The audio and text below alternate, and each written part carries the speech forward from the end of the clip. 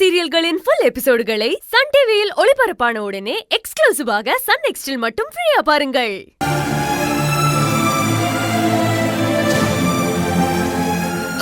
ராம், இந்த வேண்டுதல நானே செஞ்சு முடிக்கிறேன். நீ போய் கோயிலுக்குள்ள வெயிட் பண்ணு, நான் வந்துடுறேன்.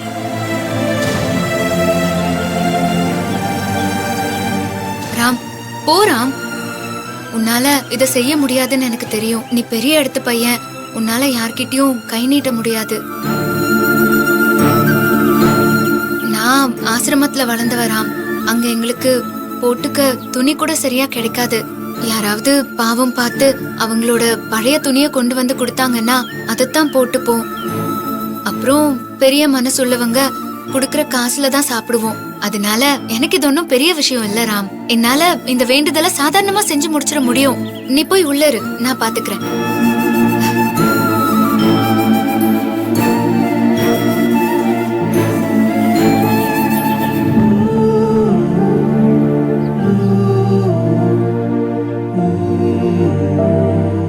போறாம், நான் வேண்டுதல முடிச்சிட்டு வரேன். அம்மா அம்மா மடிப்பிச்சை போடுங்கம்மா. அம்மா,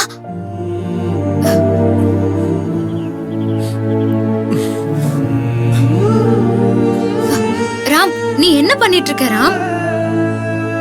இல்ல மீனா, எனக்காக தானே இதெல்லாம் செய்யற. உனக்காக நான் இதை கூட செய்ய மாட்டேனா? ஐயா ஐயா ஐயா ஐயா ஐயா, அம்மா அம்மா அம்மா, மடிப்பிச்சை போடுங்கம்மா. யாசகம் போடுங்கம்மா.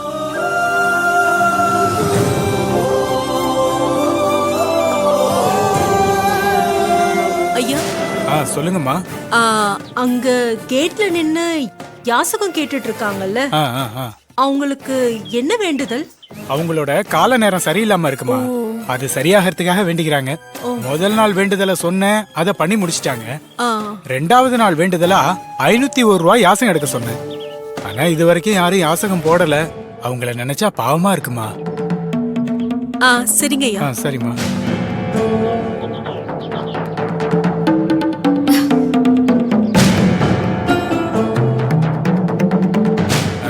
அம்மா, சொல்றதுக்கு வருத்தமா தான் இருக்கு. உச்சிக்கால பூஜை முடிய போகுது. சன்னதியை மூட போறேன். உங்களால இந்த வேண்டுதலை முடிக்க முடியலமா. பூசாரி என்ன சொன்னாரு?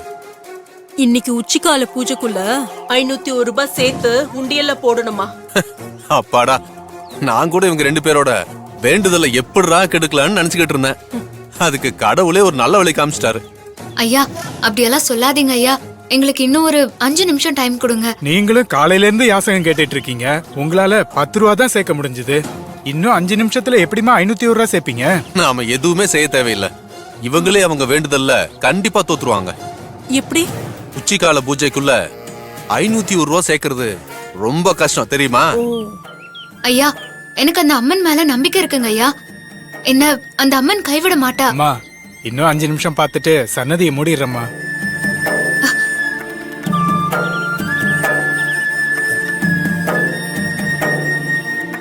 மீனா, இதுக்கு மேல எப்படி மீனா 501 ரூபா சேர்க்க முடியும்?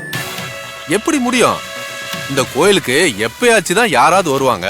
அப்படியே வந்தாலும் காசை உண்டியல்ல தான் போடுவாங்களே தவிர, அதனால அவங்க உச்சிக்கால பூஜைக்குள்ள 501 ரூபா சேர்க்கறது ரொம்ப ரொம்ப கஷ்டம்.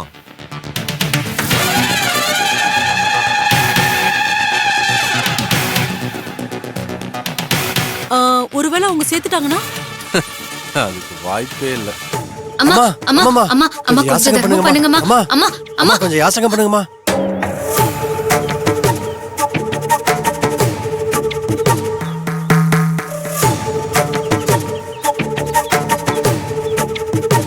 அம்மா, பர்ஸ் கொடுமா.